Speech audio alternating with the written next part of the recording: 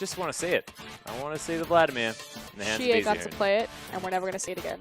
Well, Xiaohu also played it, and we're probably not going to see it again after that either. So, yeah, just scary stuff out of that guy. Trading potential way too high. If you guys haven't seen Vladimir in action, if you haven't played Vladimir in action, it's pretty disgusting. Yep. He got to showcase himself in the global competitions and AME ULCS as well. Just pretty putrid. But Trundle is going to be the answering band here on the side of Vici. Some time taken here from Aime because there's the Kindred. I have a feeling they were debating which one of those junglers to take away first. We'll see whether, the Nidalee will make their way through. The adaptation already. Kindred done. Yeah. I think this also means that you have to ban Nidalee or Rise. They're going to make them pick. Well. Oh, Victor actually going to be the ban here. So Vici, I like this a lot, actually. It means that they get either the Azir or the Rise or the Nidalee. And I may need to work out which one they want to give over. And when you are a team that has two distinct carries, that one power pick can actually change the whole state of the game. Pick your poison. I would say ban out Dandy. Try to slow him down. Put him back on the graves. The Nidalee is going to be banned away here, so I like that a lot. You're exactly right. And now Vici have to decide between the Rise or the Azir. The Rise is going to be the one that is going to be picked up here for potentially Easy Hoon or Long. Now Aime can grab themselves the Azir if they want to, but we shall see. Of course, we did see Looper play the top lane Rise today, so they could just grab Azir and Rise and say, Aime, bring it. I do like this, though. I think that Lucian is definitely the correct pickup here because Aime's bot lane has already shown that if you give them the 2v2 matchup that they can run over Schwan and Caveman. I expect that Vici will actually look for a lane swap, that they'll put Easy Hoon on this Rise, they'll try to isolate it, and they'll try to keep Schwan and Caveman out of the way of Aime. I just want the Azir to be picked now and just send Long up to the top lane on the Rise pick. Oh, that'd make me pretty happy.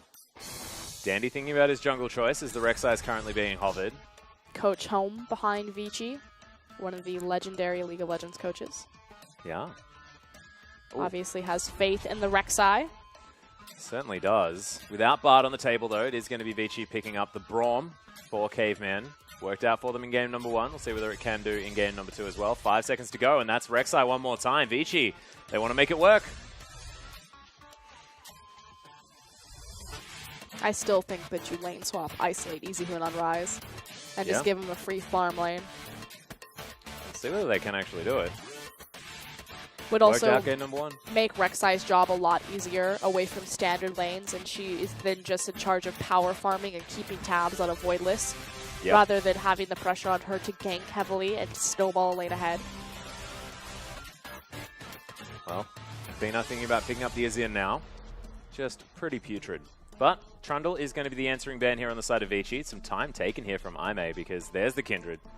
I have a feeling they were debating which one of those junglers to take away first. We'll see whether, the Nidalee will make their way through. The adaptation fits in the same vein as his Braum Passion. Yeah, I like it a lot. I like Azir, though.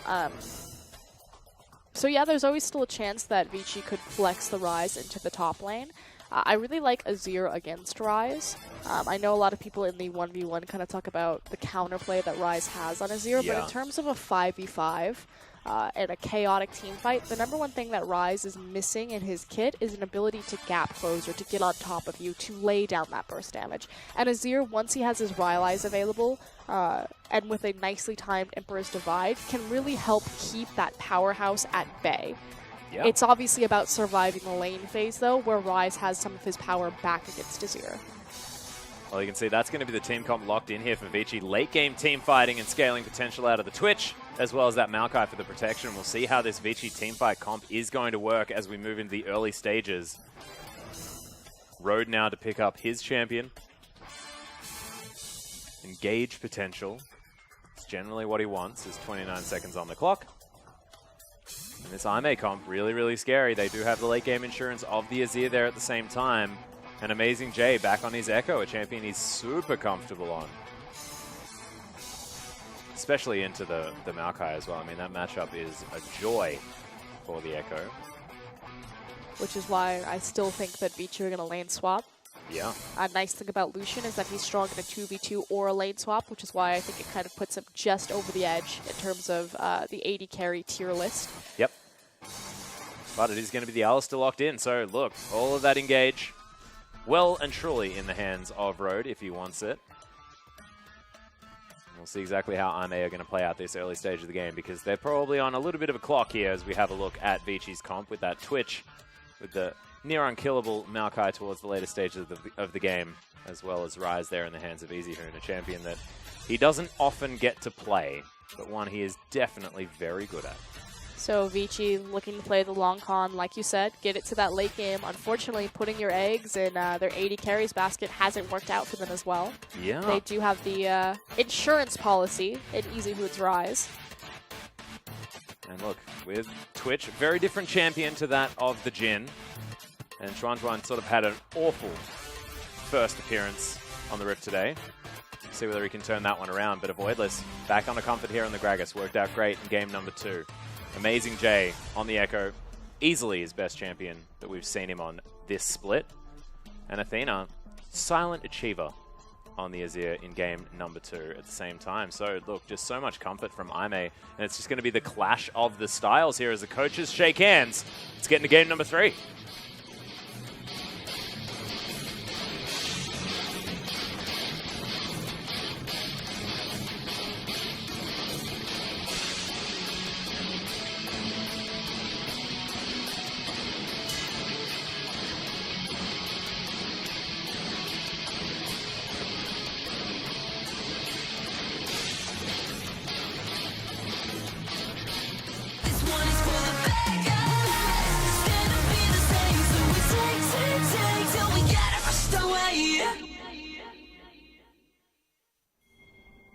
Thank you very much, Dandy, and welcome to Summoner's Rift for game number 3, the deciding match between Aime and Vici.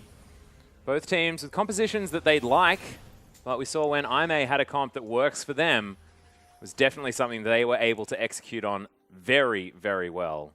And I'm looking at that Alistair towards the bottom side of the map. If Aime can get to a point where Road can start up fights when he wants to, it's going to be a scary time to be a Vici player. It's really important for Aime's composition that they find isolated 1v1 matchups or 2v2 matchups. The thing about Echo and Maokai is that Echo will just create a CS lead. He shouldn't have a lot of kill pressure on Maokai, but he'll just get further and further ahead. Likewise, Twitch notoriously has a very hard time laning. Twitch has been recognized since the MSI stage as kind of the counter to Lucian, especially because late game you just cannot compete with Twitch's damage output. But this is what I expected. So if I may want the 1v1 and the 2v2, Vici for sure want the lane swap. They have the Maokai. They don't want to give Echo just a free CS lead. They want to try to neutralize that. And more importantly, they want to bypass Swan's really fragile laning phase. And unfortunately, Aime do not have a good enough level 1 to catch this from happening. So advantage to Vici right off the bat. Yeah, just took the long walk across the Rift and are able to get themselves towards the top side of the map. You saw the popcorn chicken falling down for long as he managed to get 3 saplings in there. Already with that slight advantage as he's going to help Dandy out one more time. Avoidless starting on a big camp here as well. So the smite going to be used on the red buff, gets himself back some health, and we'll see where he goes from there. Is Jinzhao and Road heading into this laning phase. Long. Oh, will he get him? Oh, gets one of them. Not too bad. Still gets the experience, though, for those melee minions. As Amazing Jay moves his way back into the jungle to help Avoidless out. So, lane swap being ensued, and we'll see exactly who that's going to benefit as we move forward. Level 2 hit by Athena first up. It benefits EasyHoon, first and foremost. We talked about how Rise has a strong lane phase against Azir, one of the few champions that has some counterplay available for him. Yeah. But more importantly, by isolating EasyHoon, it's going to give him a free lane phase, which will bypass Rise into that late game power spike. So good job for Vici recognizing we have a Twitch, we have a Rise, we just need to get them late game. Yep. Get them out of the lane phase. Don't let Aime run us over in the beginning part of this game. And let's take the experience and take the power of our composition.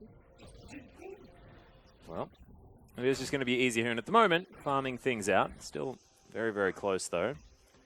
As here's an attempted lane gain from Aime. They really don't want to start this game off sort of with the tower trades.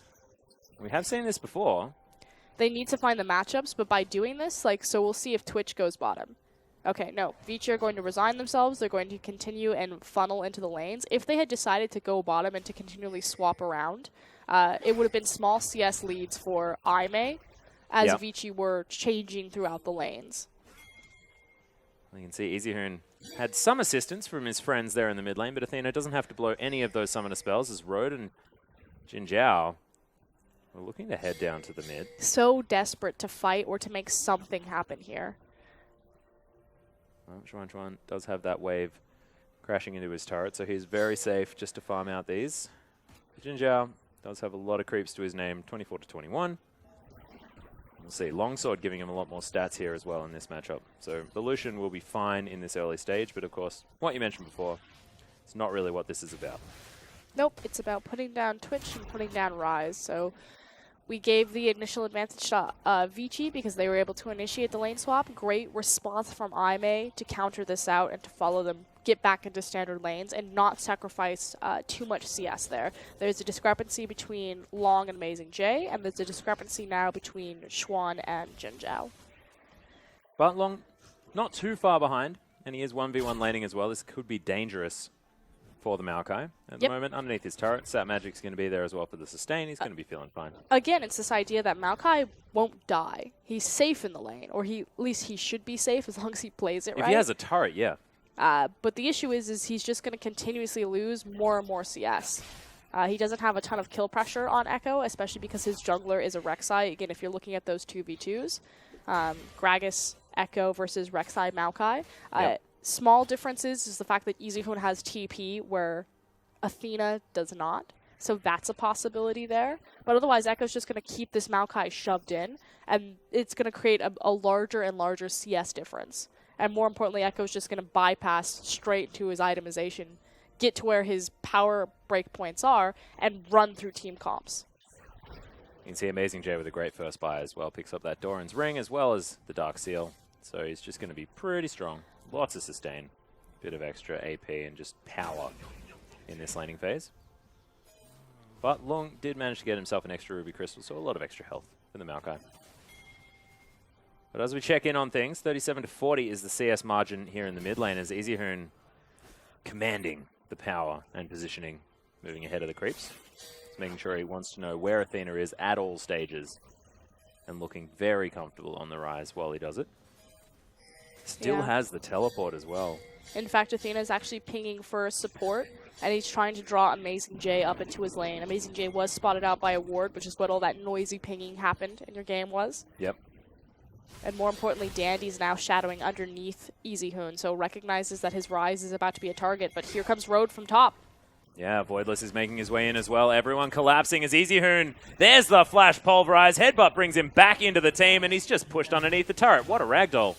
As it is going to be first blood going to Road. And this is why Vici wanted the lane swap. They wanted the isolated mid lane. With everyone distracted with the side lanes, it meant that Rise could start to abuse Azir. But by Aime finding the response, getting these 2v2, getting these 1v1s, it creates space where they're able to abuse their superior lane draft and start creating ganks into that mid lane. Yeah. Easyhoon, though, it's going to respawn, teleports back into the mid lane. Sapphire Crystal and some boots there as well with that pink ward already augmenting, and he's not going to miss out on any of the farm. So the fact that Road picked up the kill, maybe not exactly what this Aime team wanted, because they want to make sure that Athena is as powerful as he can be in this lane. And it's a big advantage still here for Easyhoon. But double daggers, double Doran's Ring, a lot of laning items here for Athena, and we'll see whether the Azir is going to be able to make his way back through. Level 6 already gained. Gank coming in from Dandy, but a really nice response from Voidless. He's in the back. Well, we'll see exactly what's going to happen here as the exhaust immediately out from Jin Zhao blows both of his summoner spells. There's a nice double pulverize that came in from Road. But Dandy, that's a way to close distance as he's going to fall down. A Voidless may actually follow as well as the poison is going to tick him to death. And that is a trade of junglers there on the top side of the map. It's a really good thought from Vici to say, Twitch has just hit his ultimate. He's going to have a huge power spike here. Let's look and try to make something happen in the top lane. We know that Dandy likes to gank top because there's more people to snowball up there. Yep. But IMA have already started to read Vici's path, and this is the big problem with Vici gaming right now, is that they're so one-dimensional in their win conditions, that they're very telegraphed and very easy to read. Wow, Lung actually winning that trade against Amazing J on this Maokai. He has a superior almost done. Yeah. Buy. Feeling very good. Zizi Hoon doesn't necessarily feel as safe here in the mid lane at the moment, but blows the ultimate, gets himself some of that spell vamp. He's going to feel a bunch better as the ambush. Red buff, of course, was gained out of that one from Xuan, so he's going to be very happy on this Twitch. As Caveman just wants to stop some backs. He's going to do so on the road. Jin Zhao wanted to get his back in first. Almost has the Ghost Blade completed. Should be able to get back relatively soon to this lane in order to pick up this wave of farm. More importantly, though, yes, Xuan's in a good position, but Dandy's kind of drowning on the Rek'Sai. She's not super dependent on gold, just because she's got very cost-efficient itemization for her tankiness in Cinderhulk. Yeah. But she's more of a facilitator jungler. But he's not making the impact that we would normally see Vici to have the success. Now looking bottom, however. Twisted advance. Yeah, he's going to make his way in there. There's the knock-up as well, as immediately the ultimate is going to be used from Amazing J, but he is so dead. Uses the flash. That's going to be answered by Long. Smacks him in the head. It's actually Dandy that picks up the kill, but successful gank from Dandy on the bottom side. And that's what Dandy really needed to put himself back in this. He was actually falling behind on CS, but not only does he pick up the kill, but he gets a lot of creeps from the lane. Yeah. So putting himself back in a position of power. See how he now continues to spread this around. It looks like he's going back to the top lane. Twitch's ultimate is back up. This could be a big deal. Also just went and picked up the same components that Jin Zhao was able to pick up himself. Still behind in farm, but in he goes. There's the ambush as Caveman makes his way through at the same time. Nice teleport to come in, but Jin Zhao in so much trouble. Xuan as well, actually going to get the gap closed by Amazing J, who just destroys the rat. In goes Road, is here, does in fact get the triumphant roar, but Dandy's going to lock down Amazing J. Nice stun to come through here from the Echo as Caveman comes back in. Pulverize is massive. Caveman's going to fall. Amazing J grabs that one as Dandy, burning to death, gets back into his tunnel, but a Voidless, he wants the barrel, and he's going to get it as well. The slow comes in. Nice knock-up from Dandy, and he's still alive. Survives. As Easy Hoon makes his way over and kills the jungler. How are you alive, Dandy? That was stupid. Beautifully used all of the CC available to him. In fact, both teams did a great job CC chaining. Dandy obviously on a 1v1 individual level there, but we're going to go ahead and see a replay of this fight. The thing that I want you to watch as soon as Jin Zhao goes down is going to be how the Alistair and the Gragas work together to kind of turn this back in IMA's favor. It's going to be a 3-man pulverize, I believe. Yep, here we go. This is a long replay. Yeah. So there's the initial knock-up. Here comes the pulverize on 3 people, immediately followed by a cask. And that's just huge burst damage and a lot of time spent up in the air, which is why I may get a foot back into this. But of course, Dandy with a great outplay. Yeah, this is just silly. He's down so low. Cancels the auto attack with his knock-up. And then Easy Hoon's here in time. And being the benefactor of that kill is a big deal here for Vici. 1-1-0 now for the Rise. Farming up very, very well as he's 14 ahead of Athena. And 11 minutes into this game, feeling very strong. Easy Hoon, we'll see whether he can get his Rod of Ages anytime soon. With that extra kill, things are going to be looking better, and he's farming up, of course, like I just said, strongly at the same time. Probably moving towards something like 14, 15 minutes. Oh, cute little Contaminate. Gets a bit of extra damage down, but the Triumphant Roar going to be there. From Road, keep Jin Zhao alive. Dandy actually started off the Dragon here as the Cloud Drake is just shooting him. A little bit of extra attack speed for that guy. He was trying to go over the wall, and he changed his mind because he would go straight into a Voidless and Road. Well, Voidless now moving towards the Dragon himself. Dandy. Cinderhulk now completed, so he does have an item advantage over the jungler on the side of IMA. Now just going to be clearing out vision, getting control and safety for the Twitch. Here comes a gank from Long, however.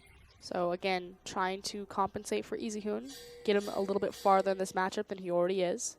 Yeah, at least get themselves some sort of flash or something here out of the mid laner from IMA, making sure that Easy Hoon does have that kill power there in the mid lane. But he looks very comfortable at the moment. despite the fact that he got a lot of attention early. Long back towards the top side, though. Doesn't want to give Amazing J too much spare time. Long's done a good job compensating and catching up on CS. A lot of these teleport plays helping him out. Well, Easy Hoon, you can see just positionally playing very, very aggressively. Throws down the ultimate, clears out the way very quickly, and now shoots towards Athena, makes sure he gets out of the way. So effectively everyone on Aimee and Vici have just resigned themselves to free-farming their lanes. There's not a big priority on fighting over the dragon simply because it is a Cloud Drake. Yeah.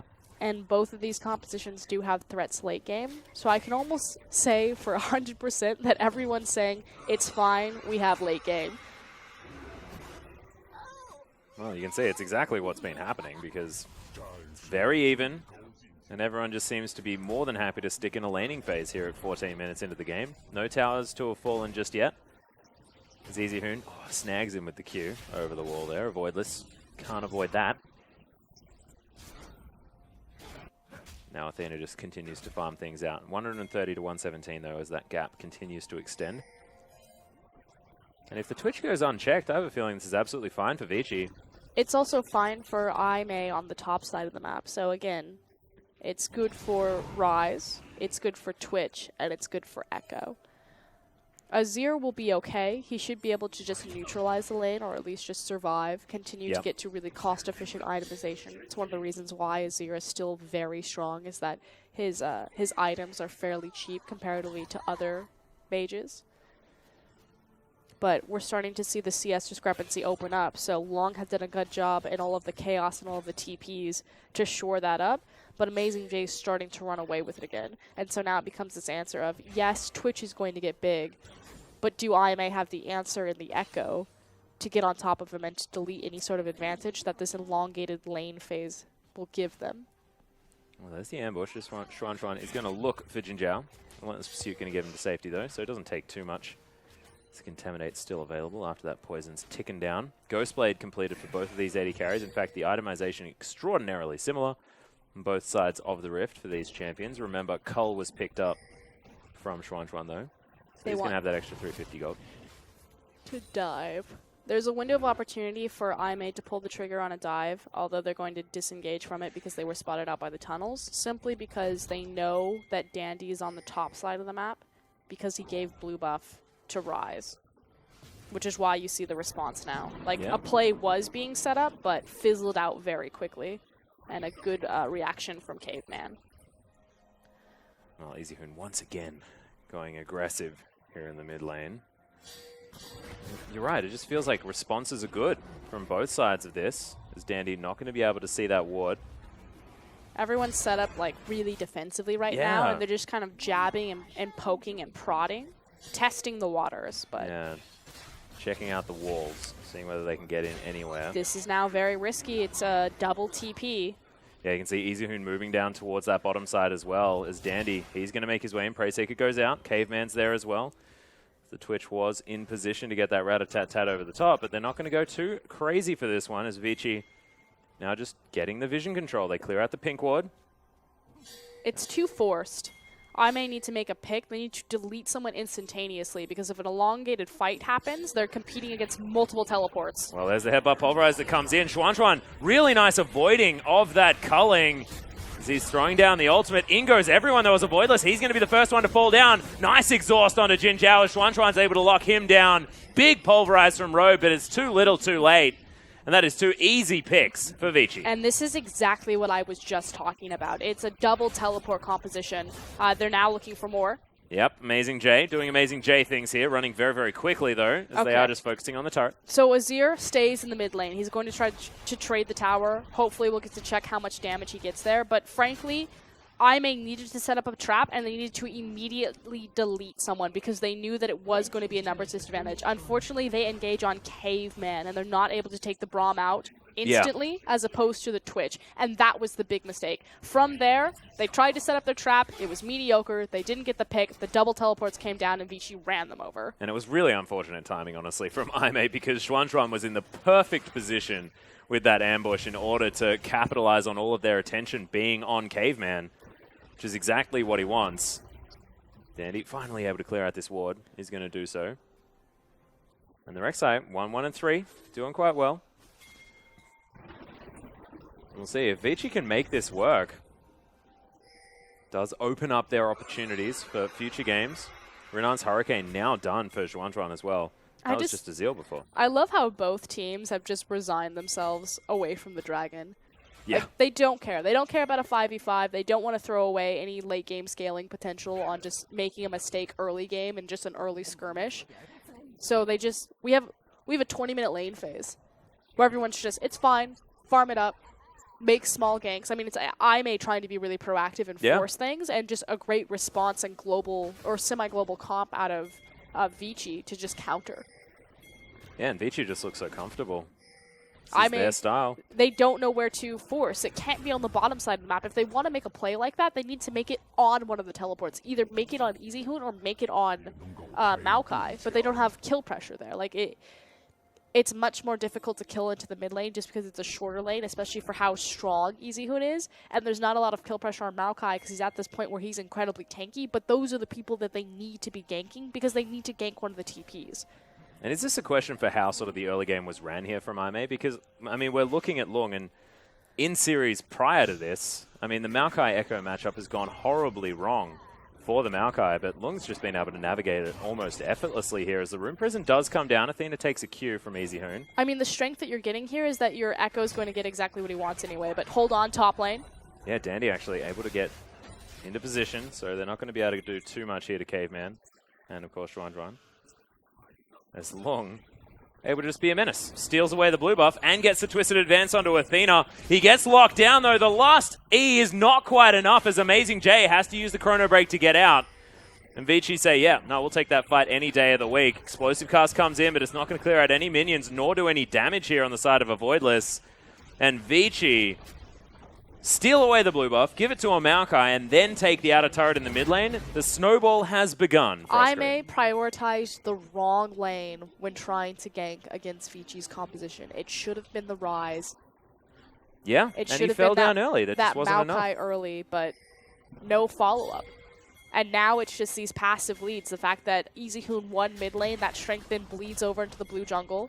Now IMA are trying to deal with the bottom side of their map. It opens up time for Vici's bottom side to get chip damage on that top tower. Yeah. Everything is on fire. And this is like, Lung as well needs to have sort of got that sort of helping hand through the early game. Did so, is absolutely fine. Culling is going to cut down the rat, but nice unbreakable there from Caveman. Gets him to relative safety. Road is going to make his way around level 9 now, but gets slowed down by the Winter's Bite. Dandy was there, as he always is, somehow, on the Rek'Sai for the flank. But Zhuan probably just wants to go back to base, or at least clean up this minion wave from the safety of his turret. And double teleports are now back up for Vici, which means that IMA's options of forcing plays on the map are so dangerous. Yeah. Their Azir is locked down. They either have to make a play on Maokai or make a play on Ryze. Anyone else, unless they can immediately blow someone up, it will be a failure. Well, Voidless is towards the top side. You can see Zhuan did think about going back, but actually cancelled the recall. And Vici, they clear out the minion wave, and now the rat is going to go home. Sun turret there to replace the outer turret that went missing in the mid lane. Red team's turret has been destroyed. That is going to be another... Okay, yeah. So Sun turret falls down. It counts. I looked at the bottom side. I'm like, Lung is able to take down a turret? What a beast! But no. Just finishes off his Sunfire Cape. Now he's building towards what looks like it could be an Iceborne Gauntlet. Or possibly that Frozen Heart, which a lot of the Maokais have been going towards. Slow down the attack speed of Azir and Lucian. Like it. And we're back to farming. So again, we're now at a 22-minute lane phase. Mm-hmm. No one has touched the Cloud Dragon. No one has touched the Rift Herald. It's now Baron. Yeah. So this game is very easily a single team fight into a Baron play into the game. Yeah, and I have a feeling it's all sort of poised, ready for that right now. And Vici have been getting the advantages from this. 2,500 gold is the lead here as Winter's Bite goes down. There's a brilliant flash out of the way of Road there for Zhuan, but is going to be able to get on top of him. Easy Hoon takes away the Azir very, very quickly. And the rat was able to get the work done to the cow. Really nice play out of Vici. They pull the trigger. And we talked about how it was going to be a play on mid, and now they're going to immediately look towards that Baron. Should note, a Voidless is still alive. It is a level 12 smite versus a level 11. They go ahead and start it. They have the stronger smite. Yeah, really scary stuff as Vici do have a lot of damage for this Baron. No Blade of the Ruined King on this particular Twitch, but you can see that Baron is falling down so fast. Amazing J, Parallel Convergence is in there. Caveman, very, very low. Xuan right in the back of the pit, avoiding the Parallel Convergence for the lockdown. A Voidless does find his way in. Will he be able to grab it? No! Dandy able to lock that one down. Gragas is going to fall now as Amazing J, no ultimate remaining. And Xuan has that Ghost Blade back available. There's the slow. Able to get a couple of cheeky autos in there, but I have a feeling that Echo is going to be A-okay for now, as he just phase dives his way out. But Vici, now with Baron, continue the pressure. Yeah, that's Baron to Vici. They're in complete control. It's like you said, what was going to happen. It's like it. Yeah, pretty much. No, but how it was initiated was brilliant, too. Xuan, his confidence on the Twitch, taking or being unlocked from the top lane. Yeah. Making sure that he has time, that he can slip into the mid lane to play a submarine gank like he did. Look at that damage as well. That is ludicrous. But Twitch is online, Rise is online. Vici understanding that this is when they're strong. They stalled at the lane phase long enough. It just took a 24-minute lane phase before Rise and Twitch were ready, and now they're going into 5v5 mode. And frankly, again, they fumbled the early game trying to get table scraps now, and they can't even find it. Nope. Can't get Easy Hoon, who's going to empowered recall home. Cloud Drake does fall to Dandy, who just takes it as an afterthought, I believe. Next one is going to be a Cloud as well, as the Void Rush comes in. Seraph Embrace now done here for Easy Hoon, going towards the Void Staff as his next option. BF Sword there for Xuan going towards the Infinity Edge.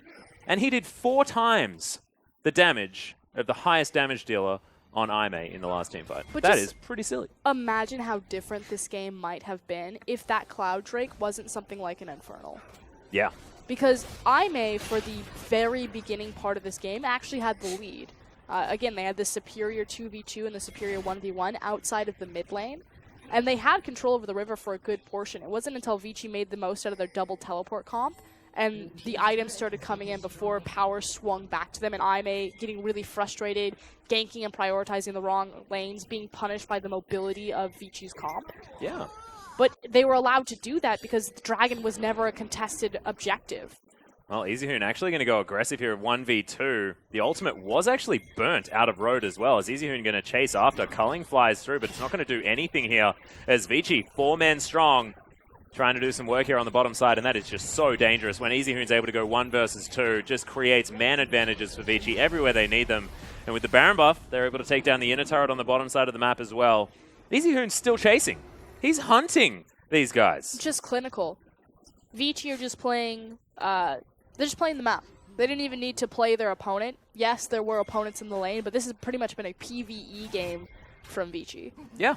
And I just, like, Easy Hoon gets this type of champion as well, and this has always been what's been removed from this guy. He's so comfortable and so strong. His Amazing J tries to find the stun, doesn't get it onto Xuan, who has put down the Ghost Blade, moves himself to the wall of Voidless. Not going to quite hit him with that ultimate, and look at the AoE coming out of this Twitch road. Still having to deal with the poison as Chrono Break is going to bring Amazing J back in. Contaminate enough to get rid of the cattle in the backline of that one as Aimee just forced to disengage. Some lower health bars on the side of Vici, but in goes Easy Hoon. Still looking for more. Dandy, very tanky. And the Baroned up minions will net Vici 1 more inner turret. And it's all of a sudden an 8,000 gold lead in favor of Vici. And we talked about how this series will really determine kind of who secures that 3rd place in their group, who is actually part of the top 3 teams. Yeah. And it looks like Vici solidifying themselves behind RNG and Team WE.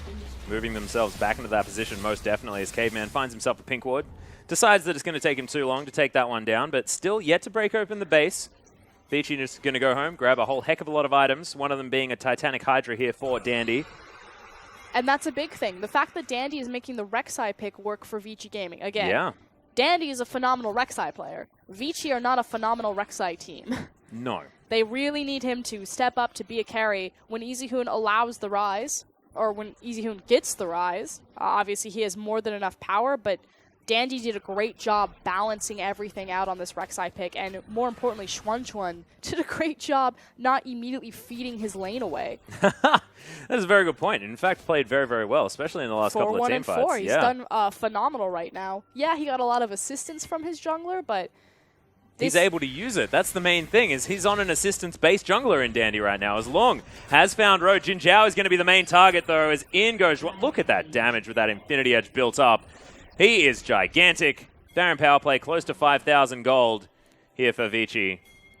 As they've got to pick, what can they do with it? They're just going to continue to pressure everything forward. The pick on the AD carry not going to be super important. The primary wave clear is still going to be on Athena's Azir, but the gold disparity is speaking for itself. 10k at this point, 11-4. Vici can walk up into any turret. They have so much dive threat and potential. Look at EasyHoon as well. He decided that, you know, Void Staff's not what he's about. He wants a Rabbidan's Death Cap. They don't have any MR. The Locket is available. Actually, no, they do have a lot of MR. I take that back. EasyHoon's just a beast. He's just another... Well, wow. have you seen his They've got skin? 2 Spirit Visages. I was like, oh, you know, if he didn't build the Void Staff, I had faith, EasyHoon, that, oh, I'm just so far ahead of the clock. They don't have the MR yet. Yo, they do. They have it. They got a lot of MR. That's a lot of MR. Yeah.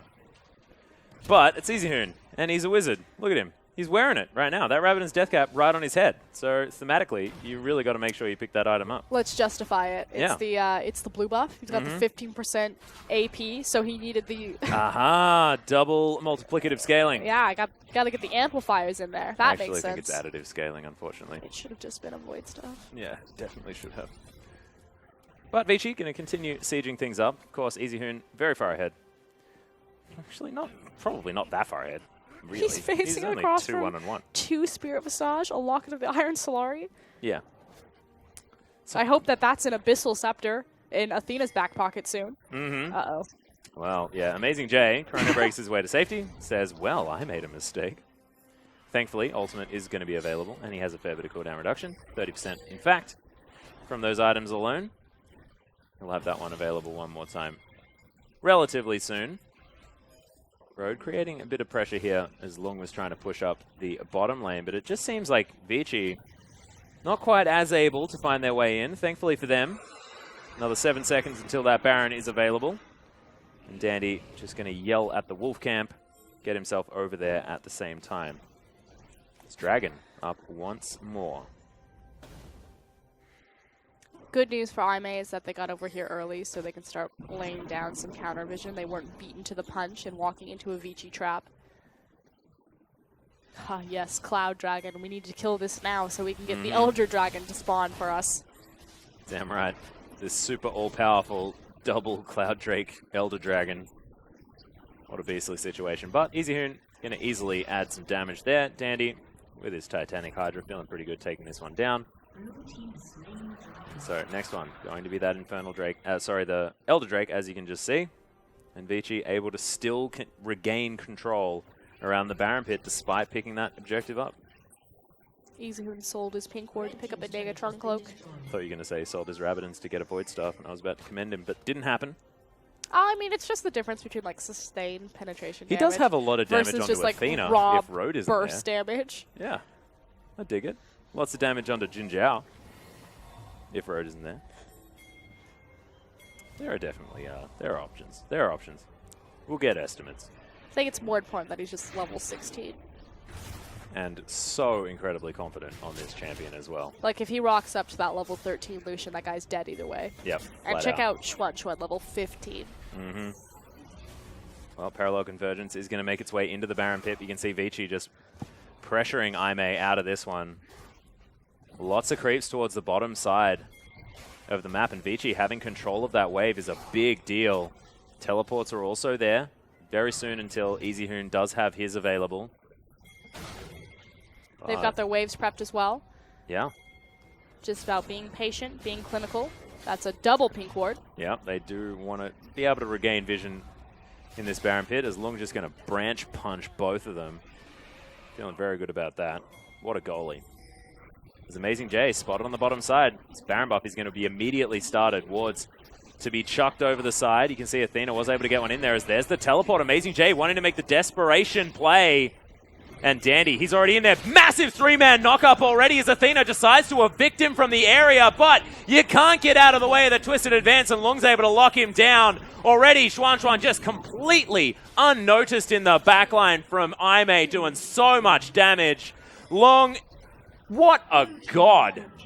Grabs the double kill, and Vici wipe the floor with Aimee. This could just be the end of the game right here. Yes, it was incredible CC lock from Dandy, hitting multiple members with the Unburrow, but the thing that I want to point out is how these compositions work together. Azir throws down the Emperor's Divide, it divides the team fight, and theoretically that should mean that Athena gets to step back out of Ryze's reach and just start shredding through them, but it also means that there's zero backline dive available for Xuan. And the reach of the Twitch and the damage coming out of him was absurd. Yeah, Easyhoon was right there anyway. He wasn't pushed back by the Azir. He got to blow people up. But more importantly, that Twitch able to outrange everyone and snowball Vici to a win over this series. And look, if this is how Xuan is going to play on this Vici roster, I have a feeling that that's a definite way in for Dandy's utility play. He was always phenomenal at controlling vision, always phenomenal at getting around the map, being at the right places at the right time. And if he can play that more utility role and rely on his AD carry and mid laner now for Vici, this has changed the whole state of play for this team, giving them so much more flexibility. And that last game was beautiful out of the squad. I definitely want to celebrate the Twitch performance as well as Long's performance, Caveman, the side lanes really stepping up for Vici and assisting Easyhoon and Dandy in their carry. That said, it also needs to be understood that Aimee made a vast error in how they played out that early game. And I don't expect the other elite teams in the LPL to make the same type of mistake. So yes, Vici are making development leaps and bounds, particularly in the individual micro play on their AD carry and top laner. But I still think that puts them firmly in kind of a mid-tier LPL, just quite locked out of the elite status of like Team WE, EDG, and RNG. Yeah, they are definitely moving in the right direction, though. And this is a team that we had a lot of questions for. Sort of whenever you've got a team that is relatively one-dimensional, it's just very difficult to get on board, because as soon as that one strategy is sort of counteracted, like the, you know, where Dandy and Easyhoon and everybody else is irrelevant, like that can be dealt with. It wasn't by Aimee in game number 1, but it wasn't about that in game number 3, and Vici was still able to convincingly pick up the victory, and that is such good news for this team. Showing that flexibility, that is a big deal. And Aimee, I mean, maybe demonstrating their rookie status here in the LPL. Oh yeah, still looking a little bit fragile. They made a lot of errors in terms of their decision-making. Their micro abilities are still some of the stronger in the LPL, so they still have a very talented and very young roster, but it was synergy issues and more importantly shot calling that really led them astray. A lot of their setup, they were setting up plays trying to be proactive around the map, but the execution on it or simply being caught out, Road in particular a couple of times, really collapsing plays around Aimee and meaning that they can't make the most of their success. Like, they took, how to say this, they took like 10 shots and they maybe landed about 4 of them. Yeah, that's exactly right. And there's also the fact that, you know, this is a team that came off to a really awful start in game number 1, and that possibly just set the momentum rolling here for Vici. Even in game number 2, things weren't so bad. We are going to have a look at the MVP, and it is going to be Xuan. So picking that one up for the AD carry position on Vici Gaming. Very good news. 7-1-6. My God, this guy did beastly amounts of work, and 36.5% of the damage share. That's what you got to look at. He was able to execute on Twitch, but the circumstances that were given to him in this game were pretty incredible. Yeah, that's a good point. A 24-minute lane phase is not something that's going to happen against a team like Team WE or EDG or RNG. He was given a lot of space as well. As you can see, the engage happens from Aimee, and Xuan was just already there, stealthed up at exactly the right time and gets everyone But so that's low. A mistake on Aimee. We talked about this as that play was developing. They have to hit Twitch. They have to pick him off. Otherwise, they're going to get schooled by double teleport because it's a numbers disadvantage before it starts. Guess what? They hit Caveman. And it's these tiny errors that cost Aimee the game. So yeah, good job on Xuan stepping up, on Caveman stepping up, on Long doing it, but it was kind of like it was given to them and they just had to make sure to execute it rather than facilitating the plays themselves. And that was the big difference. Yeah, that's exactly right. And we actually saw in those highlights as well. I mean, that flash out of the headbutt pulverize from Road. I mean, I know Road managed to get on top of him, used his flash, got the pulverize there. But I mean, that level of mechanical play out of the AD carry player is really good to see out of this Vici roster. I mean, we've asked questions of Endless over and over again. He played well in the Lucian in game number 1, but he has never been that carry. This game, they were able to, like, yes, they provided Xuanzhuan with everything he needed. But the fact that he got given all of that and still managed to be that dominant force in the late game, it's just so good for players like Dandy who now have the opportunity to get on tanks instead of just having to carry every single game. Yeah, it just means that the next step in terms of development is, okay, I understand that if this is given to me, that if you throw up the layup, I can get up and dunk it on top of them, but now I need to be able that I can throw it up myself and dunk. Like, that's the difference between, like, the B tier and the S tier. So, development, good signs of growth, but just one more step now. Yeah, you can't just rely on the alley-oop. It has to actually be the flat-out dunk. I do like that. What are the answers here for IMA, though? Because this is a team that looked a little bit in shambles in game number 3, to be perfectly honest. Was it sort of out-drafted in the early stages? I mean, Rise got through. I don't necessarily think that it was. I do agree that, Rise they'll probably step back from that game and be like, oh, Rise, that was an issue. We probably should have banned that one. But they had all of the tools to deal with that. In fact, they were actually pretty proactive in the very early game because there were multiple ganks on EasyHoon. They did get a big punishment on him. It was just then after they got the successful gank, they just started going to the wrong lanes. Again, it was the priority on the bot lane to try to put that Twitch down when there is a double teleport active, not making the most of when Amazing J had his teleport up or when he had it down. We think back to game 2 when they actually won the game, and Jin Zhao and Road were so far forward in their lane, and they got counter-ganked by Dandy. But fact of the matter was, they could have gotten steamrolled by the top laner as well. Long had TP and Amazing J didn't. And it's these type of mistakes that are building up. And I don't know if that's communication or just game awareness or cohesion, but there's something not quite fitting together. They're a strong roster, so they have a great base starting point, but it's now refining themselves so they stop making these careless little mistakes that more experienced and more elite teams will really abuse. Yeah, and I want to have a look at that top lane as well because Lung played brilliantly. I mean, we're talking about the Maokai into Echo matchup, which he took and was able to make work, was even in farm throughout the majority of that game, was never in any position to die. Do we think that that has a lot to do with this really extended laning phase? The fact that he's in a shorter lane, doesn't have to worry about these lane swap towers all falling down and being chased to death by an Echo. Do you think that, it was strategic play from Vici that kept him safe, or do you think that he just played well? Long has always been stable and consistent. He's a role player, so I don't think that the meta is necessarily the best for him. Yes, that Maokai is in the meta helps, but you also have things like Echo, and he can play it, but he's not going to be the Echo player that is making the game-changing plays. It's more so, if you think about the 2 games that Vici won, there were multiple plays on the top lane or multiple instances where Amazing J overreached and was punished on the Fizz, on the Echo, where he fell behind because he does Amazing J things. He just gets too greedy, too aggressive. Yep. Which is kind of, I think, the theme for IMA. It also happened in the case of Road as well. They try to force things. You can see that they want to be proactive, that they're thinking about how to snowball the game, but it's just not in quite the right areas. And Vici are such a patient team that they can really bite back on that. So I think Long was kind of gifted his way through this, but he's also just a very consistent, stable backbone. He doesn't need to be gifted, but it just helps a little bit. He'll always survive and neutralize. We've never had a problem with Vici's top part of the map. It's always just been their bottom part. Yeah, that's a good point. And look, he's just not going to make the huge plays, I guess, is what we're saying here. Because he got the lead on the Echo against the Fizz, like you were talking about. I mean, it did help that Amazing J fell down a little bit earlier on in that jungle scuffle. He died in the jungle. Yeah, there was a little bit of a problem there. But, I mean, Long, able to be strong, able to, keep this team together. And this team's slowly moving to more of a, I guess, less of that mountain in the middle, sort of more over towards the topsiders. Of course, Dandy and EasyHoon just seem to have had so much of the control for so long that hopefully that's now evening out. Caveman, of course, is coming into his own at the same time, able to get a lot of the Braum plays happening there. And, of course, we have to talk about his Bard, which did look good despite the fact that they fell down. So there are honestly a lot of good signs here for Vici moving forward. And do you think that now it has sort of solidified a top 3 position, definite top 4? I think that there's still questions about where Vici's ceiling lies. I mean, normally they're kind of a consistent team, but because they are one-dimensional, that they don't have a lot of tools, although that's starting to branch out a little bit, it means that teams have really good or really bad stylistic matchups against Vici, and it's either Vici get to do what they want to do and they do it amazing, or they can't do anything else, so they just kind of crumble. But they've consistently made the playoffs in the LPL for the last few splits, so they're they're definitely still kind of like a mid-tier LPL team. I think this really does solidify where IMA are, though. Vici really exposed a lot of their decision-making and shot-calling weaknesses, and I think that's really punishable.